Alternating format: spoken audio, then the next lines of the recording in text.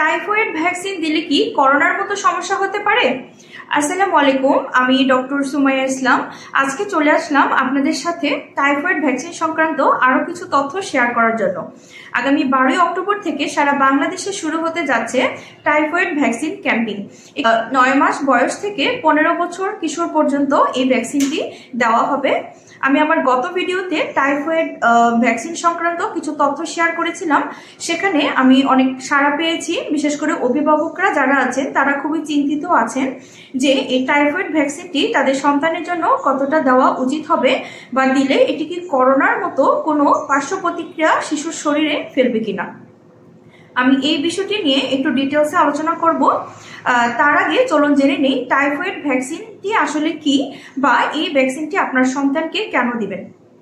Typhoid বাংলাদেশে একটি মারাত্মক পানি ও খাবারবাহিত একটি রোগ। বিশেষ করে শিশুদের মধ্যে এর বেশ জটিলতা ও মৃত্যুর হার সব থেকে বেশি। টাইফয়েড ভ্যাকসিন দেওয়ার প্রধান কারণগুলো হলো: 1. টাইফয়েড কনজুগেট ভ্যাকসিনটি আপনার শিশুকে টাইফয়েড থেকে শুরু করে দীর্ঘমেয়াদী সুরক্ষা নিশ্চিত করে।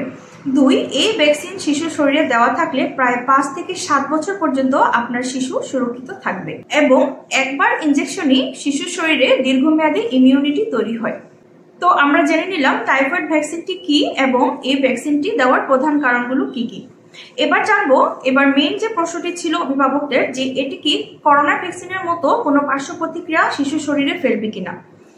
আমি আপনাদের সুবিধার্থে একটু বুঝিয়ে বলছি বা জানিয়ে রাখছি, টাইফয়েড ভ্যাকসিনটির বয়স 100 বছরেরও বেশি, এবং পৃথিবীর বিভিন্ন অঞ্চলে এই ভ্যাকসিনটি পরীক্ষিত, এবং বলা হয়ে থাকে যে এটি একটি নিরাপদ ভ্যাকসিন।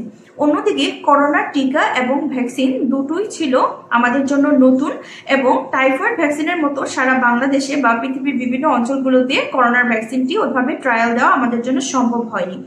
সেজন্য আমরা দেখেছি করোনার ভ্যাকসিন দেওয়ার পরে অনেকের শরীরে এর পার্শ্ব প্রতিক্রিয়া দেখা দিয়েছে। অভিভাবকদের দৃষ্টি আকর্ষণ করছি, আপনারা দয়া করে করোনার ভ্যাকসিনের সাথে টাইফয়েডের ভ্যাকসিনটিকে মেলাবেন না। এতক্ষণে আমরা সবাই বুঝতে পেরে গিয়েছি যে টাইফয়েড কনজুগেট ভ্যাকসিনটি প্রদান করা হলে শিশুর শরীরে এর ঝুঁকি কতটা কমে যায়। বেশি সংখ্যক শিশু এই ভ্যাকসিনটি নিলে স্কুল ও পাড়ায় রোগ ছড়ানোটা কমে যায়, এবং যারা ভ্যাকসিনটি নিতে পারেনি তারাও সুরক্ষা পায়। আমি আমার সন্তানকে অবশ্যই টাইফয়েডের ভ্যাকসিনটি দিব। আশা করি আপনিও আপনার সন্তানের সুরক্ষার কথা চিন্তা করে অবশ্যই টাইফয়েডের ভ্যাকসিনটি দিয়ে দিবেন। আশা করি সবাই বুঝতে পেরে গিয়েছেন। ধন্যবাদ।